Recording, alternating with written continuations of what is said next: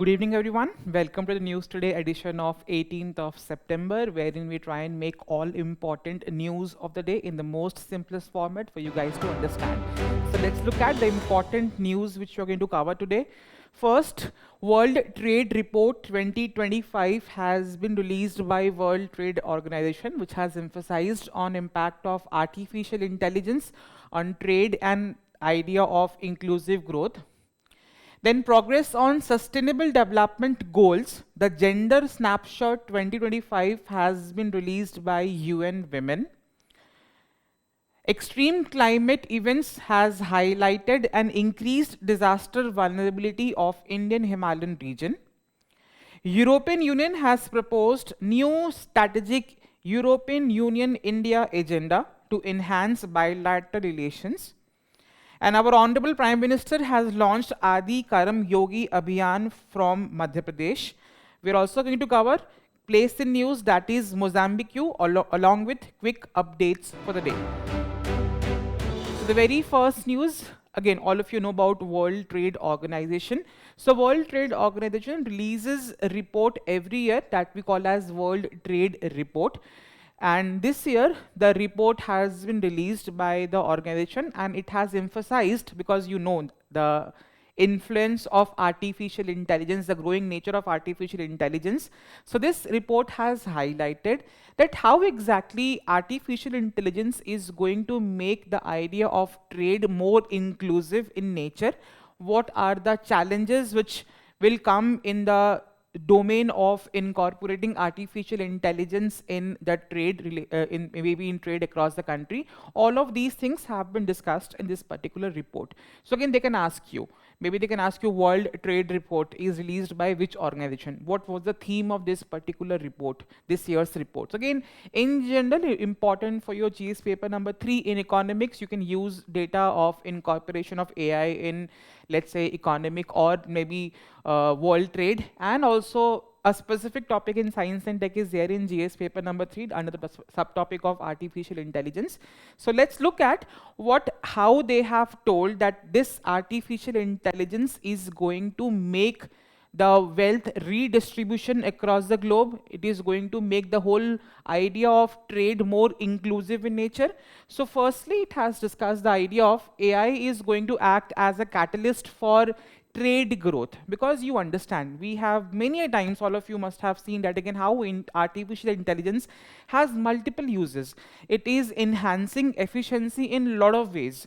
Right, so in trade as well, we discussed yesterday regarding the logistics sector, and again, how artificial intelligence is used to make this whole logistics sector more efficient. If logistics sector is going to become efficient, automatically the prices of products is going to get reduced. Maybe many a times you talk about, there are a lot of compliance which we need to follow once we are doing trade between countries. So these compliance rules can easily be monitored and efficiently handled by the use of artificial intelligence. Artificial intelligence can also maybe break the barrier of language in trade as well. So there are multiple reasons how maybe artificial intelligence can enhance trade, and this report has highlighted it has a potential to increase the global trade by 34 to 37% by 2040. So, and again, it is going to equally help both developing as well as developed countries, because this is something, an emerging area of development in the ideas of trade. Then it has talked about impacts on skills and wages. So there's a concept of skill premium. I'll discuss what exactly it is. So many times you must have seen the idea of, we are very much aware of this one debate which is going on, that again, artificial intelligence is going to take a lot of jobs. So this is something, a kind of thing which is there in news. So yes, maybe for a temporary period, we can see an impact in the job sector with this artificial intelligence. But this report has highlighted, as far as global trade is concerned, right? So there would be an idea of skill premium. What is skill premium? So in the job market, there are different kind of jobs.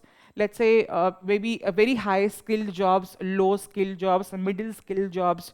Example, let's say the CEOs of the companies are basically are having a high skill job, and maybe let's say a common, let's say, administrator or office boy in that particular let's say company will be of course a low skilled job. The report tells, as far as incorporation of artificial intelligence is concerned, it is not going to take away the low skill jobs. It is going to, maybe for the very temporary period, it is going to impact the very high skilled and medium skilled jobs. And what is exactly skilled premium? That exactly the amount of money. Let's say, of course, a company needs to pay to its employees. So for low skilled jobs, of course, the amount which is being paid to employees is less as compared to the amount which is being paid for high skilled jobs. The difference between these two is going to get reduced with this incorporation of artificial intelligence. Why, sir? Because low skilled jobs are not going to get impacted. There might be an idea that with this artificial intelligence, for example, maybe someone is coding, right? Again, we have seen that how artificial intelligence can do the task of coding, and again, a lot of efficient work it can do. So high skill jobs maybe get, let's say, get impacted, and this is where the skill premium, that is the amount difference between the high skill job salary minus the low skill job salary, it is going to increase. So again, the amount which is being excess, let's say, are there with the companies, it is going to help them. That is the idea. And again, they can ask in question examination also, because once you read such kind of news, maybe this is an economic term, maybe in the ideas of, let's say, economics, employment, or any other sector, you must have read about this idea of skilled premium. So such topics, such keywords which comes in news or newspapers becomes important for you to read. Maybe they can ask question, consider the following statements regarding skilled premium, right? So again, the difference between high paying and low paying jobs is basically the idea of skill premium. So this is how, and again, the global skill premium is going to be projected to decline by 3 to 4% because high paying jobs is going to maybe get replaced by this AI. So the skill premium is of course going to get reduced or decline by 3 to 4%. That is how it is discussed. Then in the next ideas, AI and knowledge diffusion, because of course understand that if artificial intelligence is used in the idea of trade, so there is high possibility of a spillover effect. What is spillover effect? In many times you must have heard this particular term. So something which is done, it creates multiple impacts across different areas. So with this use of artificial intelligence in the ideas of trade, it is a possibility that again some countries who have no research, no development of artificial intelligence in the trade domain can get benefit out of it. Maybe the ideas of transfer of ideas, technology, of how basically we can use artificial intelligence with trade. This is something which is going to be diffused with the incorporation of artificial intelligence in trade. This particular report has, of course, talked about. It has told that even a 10% rise in digital deliverables. What are digital deliverables? For example, the ideas of cloud computing, all of such things is basically digital derivables. So again, this is going to increase 2.6% trade, right? Or the AI patents or citations is going to increase. It is again giving the basic idea that again, how transfer of ideas, maybe how we can use AI in trade. If it is used by some developed country, it is easily going to be, let's say, diffused to some countries who are not using it. So again, the ideas of transmission of knowledge through trade. Then we have new development pathways. This particular report has also talked about that there are certain specific areas of the world which is going to take much benefit out of this incorporation of artificial intelligence with an idea of trade. For example, some countries, there are natural resources, there are some critical minerals over there. You all know about, we have maybe many times discussed that again, what are the uses of this critical minerals. So again, AI works on certain hardware.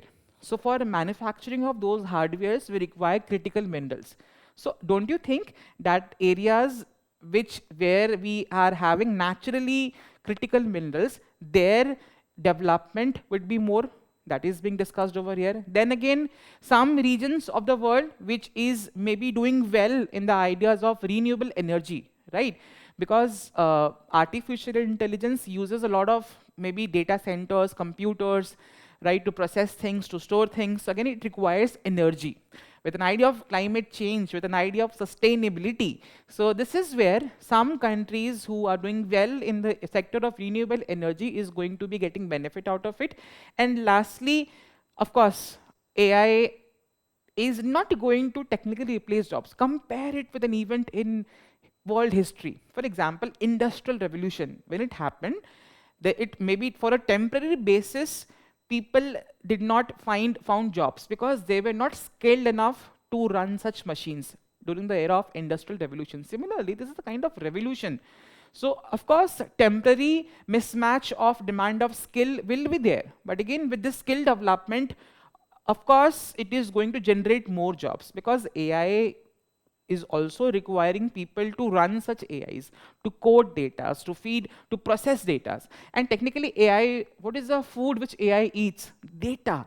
So data has to be clean. So for that we require people, for that we require workforce. So again, any countries who has huge amount of workforce is going to get benefit with the use of artificial intelligence. That has been discussed because a lot of use of people in this artificial intelligence sector is required over there.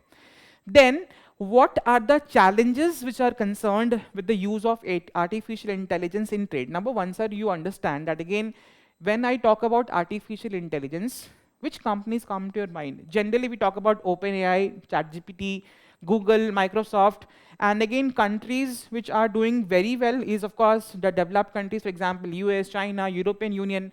Do we see any developing countries or any Southeast Asian countries over there? No. So again, this is again going to create a concentration of AI power in few of the areas. That is one such concern. And the risk is what? Poor countries may struggle to get access to the use of these technology and equally get benefited by the use of artificial intelligence in the domain of trade. Then we have labor market disruption, because you have seen temporary job loss is going to happen with the use of artificial intelligence, because we see that AI can do multiple things in a good manner. For example, clerical work, coding, even parts of legal, medical services can be done by the use of artificial intelligence. So again, the use, and again, people need to get skilled and trained so that again, the temporary mismatch of skill is going to lessen down and it is not going to create a situation of job losses, right? So these are the few concerns which are associated with the use of artificial intelligence in the domain of trade. Then what should be done? What this report has told, that again, yes, we acknowledge that again, artificial intelligence is good. It is going to make the ideas of growth more inclusive. We have discussed the ways as well. But again, what needs to be done? More, so that again, more benefit can be enjoyed by everyone. Number one is digital infrastructure, because all of you know that again, AI works on digital infrastructure. So again, countries who have not developed their digital infrastructure, they need to do that. That is how they can take the benefit of AI. Then skill training, we have discussed. Regulatory coherence, for example, because there is no such internationally agreed rules on how to use AI. Of course, there are few. EU has come up with AI in governance as well. And maybe there are a lot of multiple channels which they, of course, which is talking about regulation of AI. But we do not have any uniform, let's say, regulation that has to be brought in, so that again, there is no discrepancy, there is no idea of, let's say, bad use or maybe unfair use of artificial intelligence. Then we have promote competition, because we need to understand concentration of AI by some countries, some regions is of course going to create a problem of monopoly. So that has to be negated out, and again, we should promote the idea of competition. And lastly, international cooperation, because we have seen platforms of World Trade Organization which is talking about the ideas of trade. So again, and talking about fair practices in trade. So maybe such platforms can be used for better implementation of artificial intelligence in the domain of trade. So very important topic. Maybe you can use them in your answer writing, maybe an idea of tech in, let's say, world trade, or artificial intelligence in world trade, though no questions has been asked as of now specifically from artificial intelligence with the domain of trade. Again, a probable area of your question in examination. Clear? Moving on to the next topic. So all of you know about sustainable developmental goals, right? So there are 17 goals which we are trying to achieve by the year 2030. So again, very important topics, very important, because all of these 17 goals, many times I have emphasized that again, you remember these 17 goals. Why? Because these are 17 subtopics of your syllabus if you correctly see them. And again, you can use them very beautifully in your answers, specifically in the conclusion of your answers. For example, any question talking about the ideas of poverty, you can talk about it. Again, if India wants to achieve SDG number this for tackling poverty, this is something which is doing in the right direction. So again, such SDGs could be used in conclusions of your answers. Now let's say what is the news all about. So we generally across the world, we talk about the idea of gender equality, right? So whenever we are discussing these 17 sustainable developmental goals, how far we have achieved the idea of gender equality with an idea of achieving these 17 sustainable development goals, that is being tracked by this agency, that is UN Women and United Nations Department of Economic and Social Affairs. So these two basically bodies has released a report. The report is called as Gender Snapshot of 2025, which talks about that if the entire world is trying to achieve 17 sustainable development goals by 2030, how far in achieving these goals we are taking into consideration the idea of gender equality as well. So again, these 17 goals are being judged and seen through the lens of gender equality. So again, this is where the report lies. Very important. You can use it because women and is again a very specific topic of AGS paper number 1, paper number 2, social justice. So any question around the topic of women, and again there are multiple topics which I'm going to discuss, how of these 17 goals are performing with an idea of, let's say, gender equality. You can use them in your answers as and when it is required, right? Very important. So again, please remember in prelims, they can ask question that they can give a name, a report of the name, Gender Snapshot 2025 is being released by which body? So again, UN Women and United Nations Department of Economic and Social Affairs, right? So again, basic idea, let's see what are the things which has been highlighted in this particular report. Again, we are trying to achieve the idea of zero hunger. We are trying to achieve the idea of, let's say, food security. So in gender sense, it has talked about, still there are a lot of women, and in fact 376 million women are still living under extreme poverty, number one. And that is, of course, maybe at least every 1 in 10 women at a global level is living under the idea of extreme poverty. So have we achieved gender equality in this goal of reducing, let's say, poverty? No, right?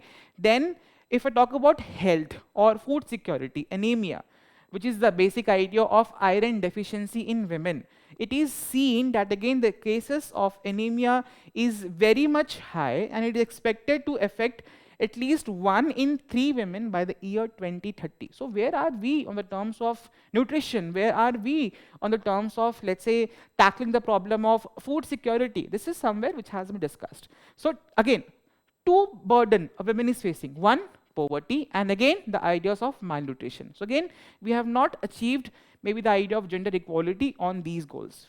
Then we have health. Again, this is somewhere yes, we have achieved the idea of gender equality over here, why we can talk about, because the maternal mortality rate, the child mortality rate is getting reduced. Again, that is something which we have done commendably well.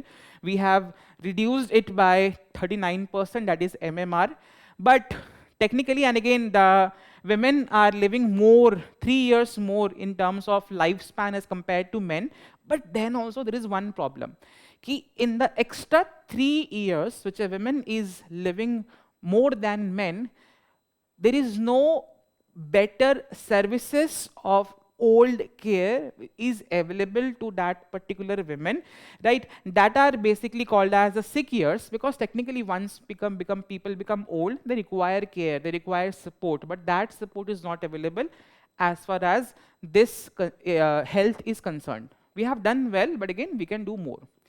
Then in the ideas of education, the enrollment ratio has increased among girls, that is being discussed. Then, but they are talking about that again in Africa and Asia, the dropout rate among girl students from the schools is very high. It is also being discussed that again, when we talk about, let's say, principals of schools, women principals are very less. So again, in the ideas of leadership in education, we are seeing less women, right? And that is where it is telling that again, education is improving, access of women to education is improving, but again, more women leaders in education are not there as of now. Then, an ideas of leadership and work. For example, recently we also had an amendment to the constitution which talked about 33% reservation to women in the Indian parliament. Similarly, across the globe, it is being discussed that again 27% of the seats in the parliaments of the different countries are reserved for women, and 30% of management jobs in the domain of work. We talk about equal pay for equal work, we talk about equality. Is it equality? If there is equality, then why do we need reservation? Why only 30% of women are there? So again, still we are not doing well on this parameter as well. Again, we have not achieved equality over here.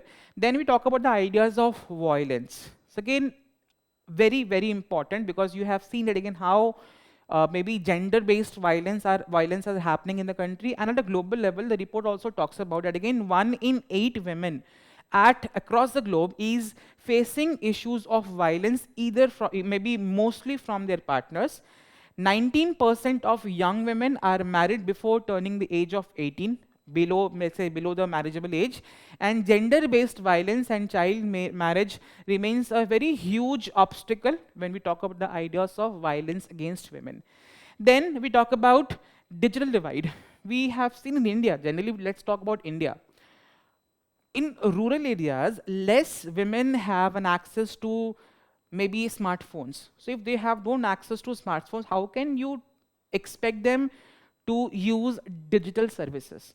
And that is where this report also talks about that if we talk about the idea of digital divide, 65% of the women across the globe use internet, 70% of men use, let's say, internet. And it is also being told that again, women jobs are most likely to get replaced by artificial intelligence. We have discussed. Then the ideas of climates and resources, climate change is happening. It report tells that again, with climate change happening, maybe it is impacting hugely agricultural sectors. Generally, we talk about, let's discuss in the context of India altogether. So again, it is impacting agriculture. We see a lot of women are employed in agriculture sector in India. So again, with this climate change, more displacement of jobs is going to happen for women. So again, they are impacted with climate change as well. When we talk about resources, energy resources, you talk about, let's say, clean fuel for cooking, because traditionally chulhas are very harmful for cooking because they release harmful gases, for example, carbon monoxide, which is not good for health. But again, still in rural areas and mostly in India, we see maybe women using traditional chulhas and not using clean source of fuel of energy for cooking. So that has been telling that again how on the domain of climate change and resources as well, we do not have equality in terms of women. Then peace and security. All of you know about, maybe there are a lot of wars going on. The whole West Asia region is disturbed. We talk about the Gaza, we talk about, let's say, Afghanistan.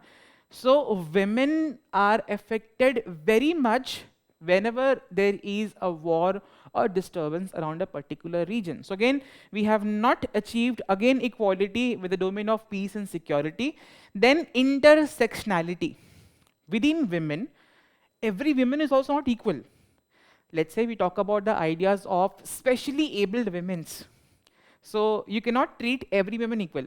There are some women who are specially able.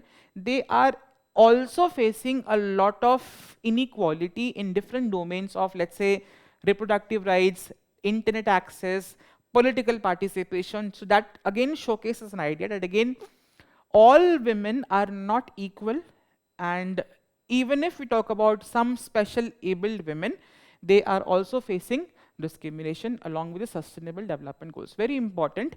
This report has also talked about that again, how exactly, if we are talking about achieving these sustainable development goals, what will we do and how we are going to achieve the 17 goals if there are so much problems on the domain of gender equality? So this report has talked about that again, how we can incorporate few things which is going to make the whole idea of achieving these sustainable development goals more gender inclusive in nature or gender equal in nature. So again, they have talked about two Beijing plus 30 action agenda plans. So all of these things which we discussed generally, for the ideas of digital revolution, for the ideas of freedom of from poverty, education, health, social protection should be given to women, zero violence should be there, equal power should be given in the domains of politics and governance, peace and security should be maintained so that again women are not getting impacted due to the disturbance with respect any war going around, and climate justice, because we have seen that again how women are affected due to the ideas of climate change, limited availability of clean resources. All of these things, if tackled well, then again we can make the whole idea of achieving these SDGs in a more gender inclusive manner. Important topic. In any questions around mains, you can use these data in your answers to substantiate or validate your points. Here, moving on to the next topic, extreme climate events has highlighted increased disaster vulnerability of Indian Himalayan region. You are well aware about, because this monsoon of 2025 in India has been very erratic, very disturbing. So you have seen the conditions of disasters which happened in Jammu and Kashmir, Punjab, Himachal Pradesh, Uttarakhand, all of these are Himalayan regions. So with this erratic monsoon, the Indian Himalayan region is more susceptible to disaster vulnerability, which has been discussed in this particular news. So whenever you come across such place in news, please locate them on map. That is why I will suggest them. So again, this is the Indian Himalayan region, which spans from the northwestern part to the northeastern part of the country. Please locate them, important peaks, right? And again, what are the important passes in around the region that becomes important for your geography and as well as map-based questions in examination. Then, why are Himalayan regions more vulnerable? Because of course monsoon has happened entirely in India. What makes this Himalayan region so special that again, why there has been a lot of disturbance or disasters in that region particularly? Number one, we talk about geography of these Himalayan mountains. All of you must have read in geography that again Himalayas are young fold mountains. So again, what is the idea of young fold mountains? Because they are still in the verge of making. There is still tectonic activity happening over there. So they are not old mountains, are generally stable mountains. Himalayan is a young fold mountain, it is not a stable mountain. So tectonic activity is happening over there. So that automatically makes that specific location very vulnerable to disasters. Clear? So this is a natural reason why we are seeing more disasters happening in this Himalayan region. Why? Because they are in itself they are falling in the seismic zones of earthquake. For example, high earthquake zones of 4 and 5 over there. We see frequent landslides, frequent earthquakes in that particular region. You talk about recently Nepal, we had an earthquake. So again, such incidences. The second important region is climatic impacts. Generally, if you talk about monsoons, how monsoons have become very erratic in nature, because traditionally monsoon has been coming in India in a very defined manner. We were able to track down that again when which seasons and which specific dates in fact monsoon is going to hit India. But with the last few years, we have seen the change in pattern. And again, that has been contributed to the idea of climate change.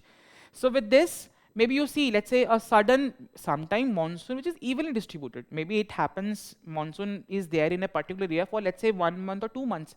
But now, what do you see? Sudden rainfall, sudden clouds burst. All of these of sudden things is leading to disasters. Because again, naturally they are very susceptible to disasters, and it is topped up by this climate change happening. So that has led to the idea of why this Indian Himalayan regions are more susceptible to disasters, again due to, let's say, sudden cloudbursts, flash floods, avalanches we have seen. Then human activities, again the anthropogenic causes. So again we have seen that again whenever let's say summer seasons happens in the region of Delhi, people move to let's say the Himalayan regions for relief from the scorching, let's say, heat. So this is where a lot of tourism has impacted the area by some human-induced activities. For example, we have, let's say, road are getting widened, tunnels are being constructed, hydroelectric power plants projects are going to be done. All of these is impacting the natural landscape of the region, which is automatically susceptible to tectonic activity which is happening. So again, ये उसका काम और बढ़ा दे रहा है, right? Then again, we have seen that again, encroachment on river banks and floodplains blocks the natural flow of water. Hotels are getting constructed and they are encroaching on the natural course of river, right? And again, with this recent flash floods and again, maybe a lot of disasters happening in the region, you must have come across that again, how such encroachments are maybe damaged due to this flash floods and rain happening. Then we have land use change, right? So many times we have seen the pattern of land use is getting changed. Why? Deforestation is happening because projects, if the hotels are going to be constructed, there has to be cutting of trees, and this is leading to more susceptible to the region from the idea of disaster. And lastly, many of the challenges, for example, we have glacier lake outburst floods, GLOFS. What are those? With climate change, we talk about global warming. Global warming is leading to melting of glaciers, and these melting of glaciers leads to what? Water is getting accumulated in certain lakes. But sometimes the holding capacity of these lakes is maybe reaching beyond its limit, and that leads to sudden flash floods in a specific region. Again, an example which we have seen, and again, a lot of videos which must have surfaced in social media, you must have seen how maybe flash floods are happening and how very quickly they are damaging a particular region. All of these things, and again, has been discussed over there. So these are the major reasons which has been contributing to more disasters in this Himalayan region. Then how exactly these disasters are managed? Again, a very important topic for disaster management. कैसे manage हो रहा है? Currently, there are multiple agencies which are working together to handle the problem of disasters. For example, we have NDMA, we have NDRF, State Disaster Force, Central Water Commission, IMD, all are working together to handle disasters. In fact, we have seen the help which we have got from Army in Punjab floods, in Air Force, border police force, all of these have helped a lot to tackle the problem. So again, there are multiple agencies which work together whenever this region is impacted due to disaster. Then the use of technology, very important, because if technology is getting advanced, why should we not inculcate in the tackling of disasters as well?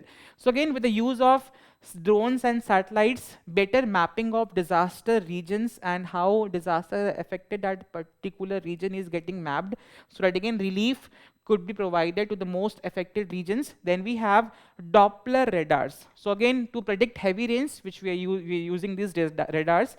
Then OneWeb satellite, because once a disaster happened, once a flash flood has happened, the natural towers which are there in cities is getting damaged. How we can communicate? So this is where this OneWeb satellite comes into picture. Then in the ideas of community preparedness, again, in the IMD has, or NDMAs has launched a platform or a portal or app called as Apada Mitra, which is again training local people, because people over there needs to be trained that again whenever disasters is going to hit such regions, how they are going to respond to it, and they should be made aware of it. So such programs are being run. And we have risk indexing. So again, Central Water Commission, as I discussed about the glacial lakes, how these lakes are very important reason for sudden flash floods. So Central Water Commission is observing such lakes, and it is categorizing which lakes are more susceptible to such kind of flash floods creation. All of these things are very important for your examination. Then in general, maybe what exactly is the way forward? So again, we are doing very much with an idea of climate change, disaster management, but what else can be done according to this particular thing? Number one is better monitoring. Again, you need to monitor the situation very well. So again, the National Remote Sensing Centers should continuously track the glacial lakes, avalanches, and debris flow, so that again, pre-information, any slight change could be done. Again, we have seen an example of how maybe satellites are being used to tackle the problem of climate change, Earth observatory satellites, which we have discussed in our earlier discussions. Then we have mapping. So the Geological Survey of India should maybe make a map of the landslide prone zones based on slope, rainfall, and soil absorption. Again, technology upgrades. We are going to upgrade the technology so that again better application of it could be used for tackling of these disasters. Early warning systems. We have seen a lot of platforms. Many times you must have seen certain messages comes to you, or certain maybe there is a loud sound comes for your phone. This is where government has launched a platform. Let's say Sachet app is basically giving you real-time alert regarding disasters for floods, right? So such platforms are being used so that again people before disasters are getting information so that again better evacuation, better tackling of disasters could be done by them. And lastly, infrastructure resilient. Again, if we are doing the task of development in the region, it should not compromise with an idea of environmental safety and safety around the region. So that has to be inculcated whenever we are talking about the ideas of development in such, let's say, critical areas, right? So these are something which has been discussed with an idea of climate change and Indian Himalayan region, very important. So again, let's say any question. I think one question is there. Again, you are reading about Himalayas in geography. So again, they can talk about, we have discussed Himalayas are young fold mountains. So again, look at the question. When you travel in Himalayas, you see the following: deep gorges, U-turn river courses, parallel mountain ranges, steep gradients causing landslides. Which of the above can be said to be the evidence of Himalayan being young fold mountains? So tell me in comments, basic geography you must have read, what is the answer to this particular question. So again, such topics, whenever you read, that makes the static topic also important for your examination. Again, any mains question, bring out the causes of more frequent landslides in the Himalayas than in the Western Ghats. Again, both are mountainous regions, both are slopy regions, but why again landslides are happening more in Himalayas as compared to Western Ghats? We have seen the answer is here, Himalayas being young fold mountains and many other reasons which we have discussed. The next topic is, again, with an idea of tariff war, the idea of, let's say, a lot of issues around the ideas of global trade going on.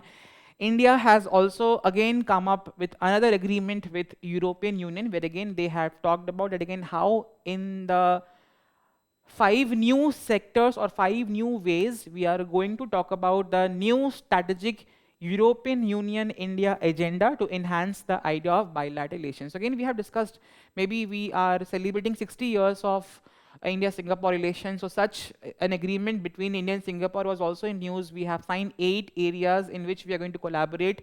Again, such topics makes you also important to revise such previous news as well. Right. So what exactly has been done in this particular thing? So 5 key areas has been defined under this particular new strategic agreement. And again, how we both as a country, maybe European Union and India, is going to move further with the idea of bilateral relations. So number 1 is prosperity and sustainability. Okay, all of them, if we are developing, so again we need to be doing simultaneously. So we are talking about the ideas of free trade agreement by 2025. Again, it is, if free trade agreement is happening, then again the Indian exporters is going to get benefit. Indian, let's say, manufacturers are going to get benefited. Why? Because it would not amount to subject to tariffs whenever such Indian products are entering into the European Union countries.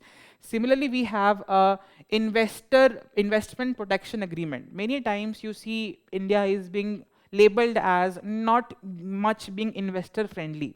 So there are a lot of government policies, red tapeism, which is leading to such issues. So again, we have cracked one more thing, that again, if some investor from European Union country is going to invest in India, so again, it is going to be protected under this particular agreement, right? And again, making supply chain stronger, because we have discussed, our Honorable Prime Minister is talking about the idea of the new oil, the new diamond of this current development going on is semiconductors. So again, around the domains of semiconductor, chip manufacturing, we are going to collaborate We are going to also talk about that again, how certain sectors of the economy is going to be becoming more climate resilient, more, let's say, sustainable. So again, the steel, cement industries are going to be working in such direction. Then we have technology and innovation. So again, we are venturing into this domain as well. That again, we are seeing that again how technology is developing, how innovations are happening. So again, let's collaborate on that front as well by making EU-India innovation hubs. We are going to work on DPIs, that is digital public infrastructures. We are going to do research in the area of nuclear energy, clean energies, such things has happened. Then we have security and defense. So again, very important aspect as well, because both countries are trying to work together for maintaining international peace, security, prosperity, right? So maybe the whole protection of Indo-Pacific region, the whole protection around let's say Indian Ocean region, because a lot of trade is happening through seas as well. So we are also talking about maritime order. Then with an idea of connectivity and global issues, again, we are not discussing between EU countries and India. We are also trying to maybe help different other regions of the country which needs development. So again, we are planning to maybe connect with regions and talk about solve global problems. For example, European Union's program of Global Gateway and India's Mahasagar program to build infrastructure in other countries. We are going to work together for better infrastructure development in Africa and other international organizations. So again, 4 points. The last area is enablers across pillars. We discuss these 4 things. For these 4 things to happen, what requires? So again, people-to-people contact, people-to-people, let's say, visa, rules, let's say, easing out. All of these is being required. So they are talking about to make all things happen, we require skill mobility. People should be moving from between countries. Knowledge exchange should happen. Business cooperation should happen. And stronger institutional links should be happening. So this is the key fundamental to achieve the rest 4 initiatives which has been discussed under these new strategic alliances. But, sir, what is the problem? So again, one problem is because EU as a union is not supporting the whole idea of Russia, Ukraine issue all around. They are not supporting on this. But again, India is importing oil from Russia. India is doing military exercises or defense exercises with Russia. That is one issue which may come in forward of this initiative which has been discussed, because EU is not supporting the whole idea of Russia-Ukraine war altogether. So that has been one major challenge which might come in the way forward, right? So again, these kind of EU as a topic in mains question, or maybe, let's say I have picked up one question, I think, yes. Let's say we have discussed this. This was what? A new strategic agreement between India and EU, which talks about how in the 4 or 5 areas which we are going to work together for an idea of bilateral trade relations.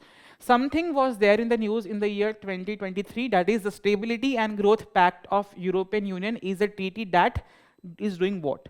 So such news can become a question in examination. That was my point of putting this question in front of you. But again, I expect you read the question, you read about the treaty, and you tell me in comment what would be the answer.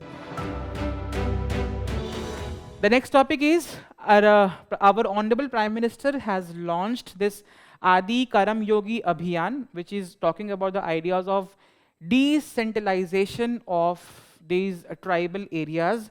Tell me in comments in which schedule of the constitution we talk about the ideas of tribal areas, right? Or maybe tribal regions, right? So this Adi Karmayogi Abhiyan you must have read. So again, this program which we have read is being launched. So the first state through which it is being launched is Madhya Pradesh. So again, it is basically, we talk about that again, there are a lot of tribal peoples, approximately 11 crore tribal citizens live in the country. But in terms of development, what we have seen that again, development is happening across all regions of the country, but again, these tribal regions are least developed. What exactly is the reason? Why do they have their own traditions, own customs? We have special areas, special protection which is being given to them, but why exactly development is not happening in such region? And that was something which government felt a thing to be addressed, and they launched a program of making the whole idea of governance more decentralized, more inclusive in these tribal dominated areas. So in this, Adi Karmayogi is basically an abhiyan which is talking about decentralization of governance, where again tribal people will be included in the governance process. Officials, government officials will be trained to better manage, sensitively manage these tribal dominated regions, so that again development is happening equally as compared to other parts of the country. So this is where what is the whole program all about. It is coming under Ministry of Tribal Affairs, very good.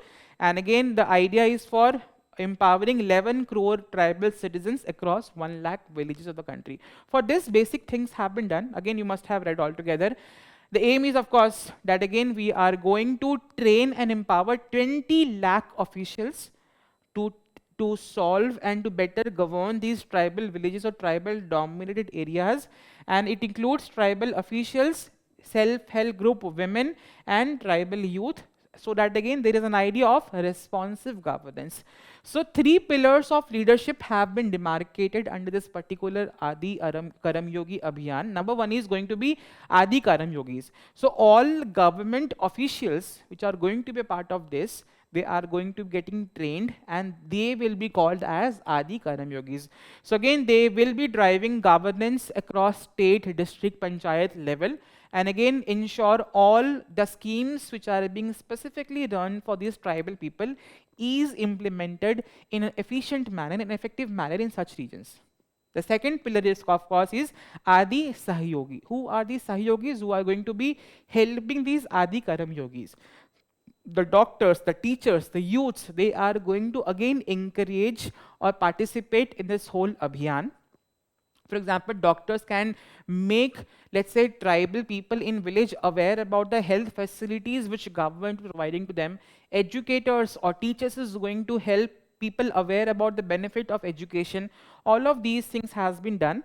Then the third component is Adi Sathi, because we have seen the mobilization and the empowered self-help groups in India are. Right. So in this, the third pillar is Adi Sathi, which is going to be hand-holding villagers in terms of awareness generation, in terms, because tribal people have their own traditions, their own customs, and they are not easily maybe adapting to maybe modern practices, modern let's say customs, right? So this Adi Sathis is going to make aware, make them, let's say, understand that how modern things is not going to damage their traditional cultural practices, and maybe how intermingling between the two traditions is something which is going to be there, that is to be done through these Adi Sathis, which will include self-help group members, elders and villagers, which is going to preserve the traditional knowledge, traditional customs, and at the very same time mobilize the community to ensure participation. Clear?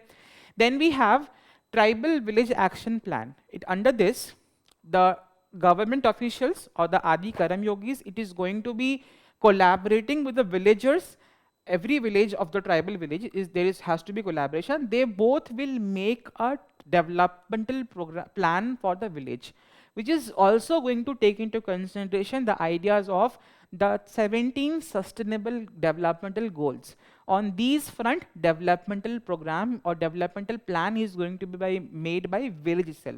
This is how we are empowering people, the tribal people, so that they can make a developmental plan for themselves. What exactly is needed, they are going to make plan for them.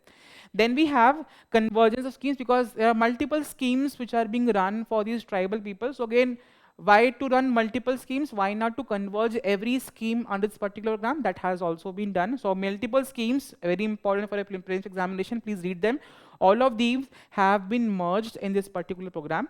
There are few apps which have been launched. This Adi Vani app. Adi Vani app is basically an app which is going to translate any or maybe help people to overcome the language barrier. So again, in tribal languages, all the governance services going to be given, so that again people can understand it. We have Adi Karmayogi portal.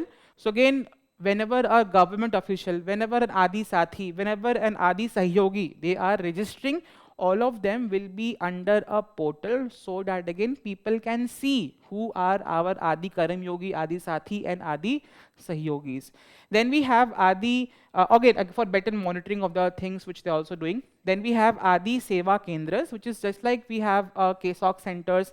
So certain centers or Seva Kendras is going to be set up in every village, so that again people can go and they can ask for any service if they are facing difficulty in taking benefit of that particular service or any governance policy or program. That has something which is being discussed over here. Very important topic for your examinations.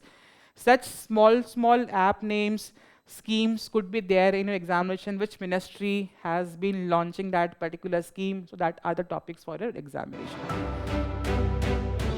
Then we have the place in news, that is Mozambique. It was in news because Indian Navy for the very first time have reached the Mozambique for a training squadron has reached over there, because we are celebrating 50 years of relation between India and Mozambique.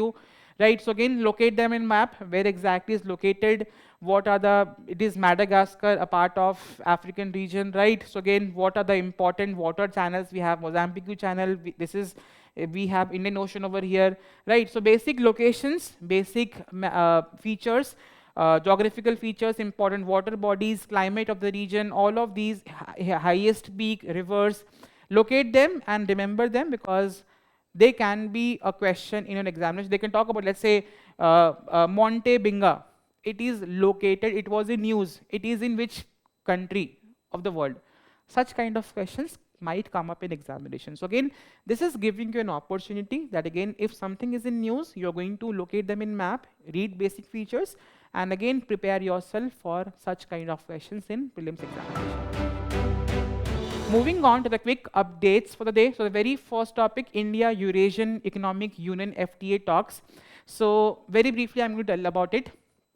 We discussed about FTAs, the EU FTA. Similarly, this is a region which we call as Eurasian Economic Union. It is a regional union between 5 countries of Armenia, Belarus, Kazakhstan, Kyrgyzstan, and Russia. So that again, with this union, they are maybe having better trade relations, better connectivity, with better idea of trade. So India is signing a free trade agreement, which was being discussed. So we are planning that again by November, we are going to finalize the FTA, which is going to happen. So before that, let's run a very small pilot basis where we are going to run a project or a particular task, so that how exactly this FTA is going to be implemented can be tested by a small thing. That is we call that as a early harvest FTA.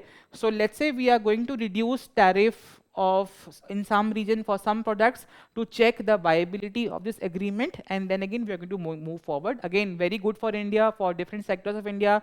With this FTA, maybe it is going to help the pharma sectors, textile sector. India is going to get a new market with a whole trade war going on. It is such FTAs is going to help development of economy of India. The next topic is Convention on Prevention and Punishment of Crime of Genocide. So recently, a UN inquiry commission is observing the incidence of Israel impact in Gaza. Is it something which we call as genocide that is being considered over there? What exactly is genocide? Genocide is the worst kind of crime against humanity, wherein, let's say, we are on the verge of war. We are targeting a specific religious group, a specific nationality group, a specific ethnic group, so that again they become completely extinct. This incidence is basically called as genocide. So this is something which is coming under the convention, right? So the signatories, there are 41 signatories to this convention, and 153 are the parties. India has signed the agreement in 1949. It has ratified in the year 1959. All such cases are being heard by International Court of Justice, which is located in Hague. So very important topic, facts important for your prelims examination. The next topic is payment aggregators. Again, RBI has recently issued guidelines on payment aggregators. And what exactly are payment aggregators? So again, many of you must have been using a lot of apps. Zomato, you order food, or let's say Swiggy or any platform, Myntra, Amazon, wherever. So again, let's say you are ordering a food from Zomato. So you order a food, you pay online. So are you directly paying to Zomato? No. So there are different platforms or third party which comes to do the transaction. And there are multiple options, for example, Google Pay, Paytm, Phone Pay, or anything, UPIs, Bharat Bhim app. So these are payment aggregators, which is a channel between a customer and a potential service provider or a potential product supplier. This is the idea of payment aggregator. So these platforms need to be secured so that again the people money should not get misused.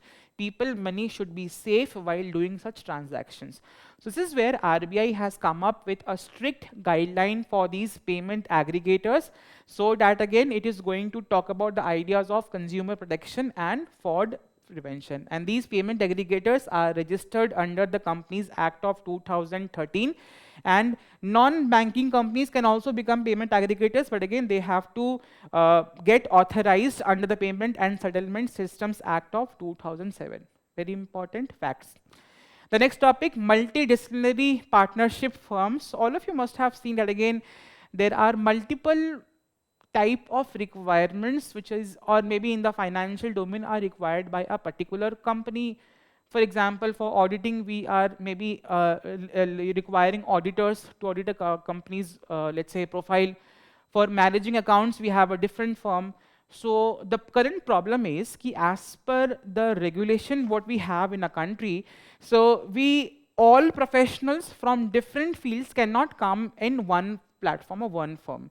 What kind of professionals? Professionals from the domain of auditing, cost records, assurance, management, ESG, environmental, social, and governance guidelines. For all of these services, a particular company has to rely on different firms. So the possibility which Ministry of Corporate Affairs is planning, that again, why not to merge all of these services under one firm? And that firm will be called as a multidisciplinary partnership firm, which is going to be a one-stop solution. A company need not to go for different firms for availing these kind of services.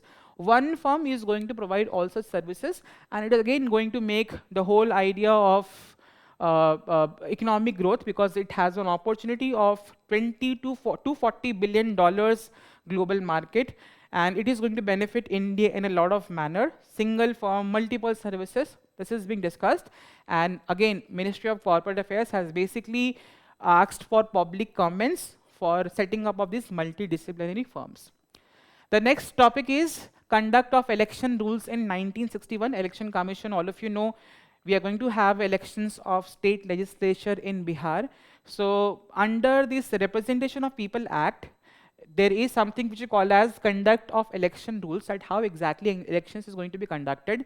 So to enhance the transparency, to enhance voter participation or voter awareness, all of you people who have voted, of course, I am assuming all of you are above 18 years of age, you must have voted once or maybe multiple times in your, let's say, whenever elections are happening. So in these EVMs, there is a black and white picture which comes to you. So this is something which has been proposed, a change which is going to be coming up with the upcoming elections in Bihar, that we are going to have a EVM ballot paper which is going to be enhancing its readability. We are going to have colored photograph of the candidates on EVMs, so that again people can better identify them, better see them, and make a very informed and aware choice while casting their votes. It is coming under the Representation of People Act of 1951. That is a basic idea. The next topic is Swasth Nari Sashakt Parivar Abhiyan. Again, this is a program which is launched by the government, and they are talking about that again, how through different campaigns they are targeting 1 lakh plus health camps for women, because women are facing a lot of issues around the topics of, let's say, the problems of anemia, hypertension, diabetes, right? To support immunization, nutrition, child mortality rate, or maternal mortality rate, all of these has to be addressed. So under this particular program, which has been launched by our Honorable Prime Minister, we are going to set up camps which is going to make women aware and discuss the problems around these specific diseases. It is getting implemented by joint implementation of Ministry of Health and Family Welfare and Women and Child Development. We have launched a portal as well, so that again, because we are now becoming very aware, because everything needs to be monitored as well. So again, this Sashakt app is going to give a real-time tracking and accountability of the running of this particular program, and we are going to include Anganwadi workers, Nikshay Mitras, private hospitals, etc. in this particular launch of program. Then we have hybrid annuity model. Whenever you must have read about public-private partnership models, so you must have talked about EPC model, hybrid annuity model. So the Supreme Court recently, sorry, NHI has basically talked about that again, whenever contractors are giving contract, a better scrutiny of contractor has to be done whenever we are planning any project through this hybrid annuity model. So this was a project which was launched in the year 2016, specifically for road construction. How exactly it functions? Government is again joint, it is a public-private partnership. So 40% of the amount is being given by the government in 5 basic installments on the basis of development of the project. 60% of the funds comes from private bodies, either they can collect from in the form of a debt or equity, and risk sharing is done between both of them. And again, private developer has a financial risk, government has a revenue risk over here. So again, this is the basic news. The next topic is one-time settlement scheme. Again, you must have heard once, maybe let's say I have taken a loan, I don't have a money to repay, so again I become a defaulter. So there is a possibility that again a legal case or civil case can be filed against me being a defaulter. So under this, RBI had launched a program in the year 2005, which gave an opportunity for a particular person who was not able to pay a loan, a one-time settlement opportunity. Even if let's say you have not paid a loan for let's say 1 month, let's say why to make bank reach out to you for multiple instances, why not to have a mechanism so that again the whole problem of defaulter should be stopped, and again there is no civil case against that particular person.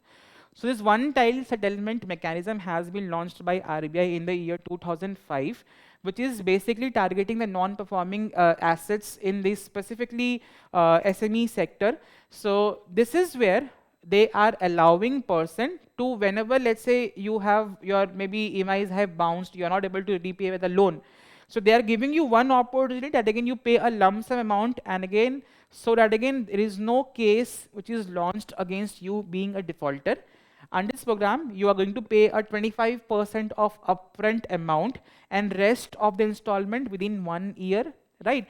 But recently, what Supreme Court has told that this benefit of one-time settlement is going to be enjoyed by people only if they are fulfilling all bank conditions that are met for fulfillment of that settlement process. That is the news over here.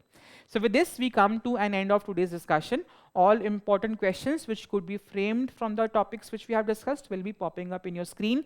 It's your time to solve the questions, and please post in comments your answers, which is going to create a very good competitive spirit for all the students who are watching this initiative by Vision IS. Lastly, Vision IS has come up with a digital current affairs platform, which is a one-stop solution for all current affairs issues. Please go and navigate the platform, which is certainly going to help you a lot in terms of your current affairs preparation. So all the very best, and thank you so much.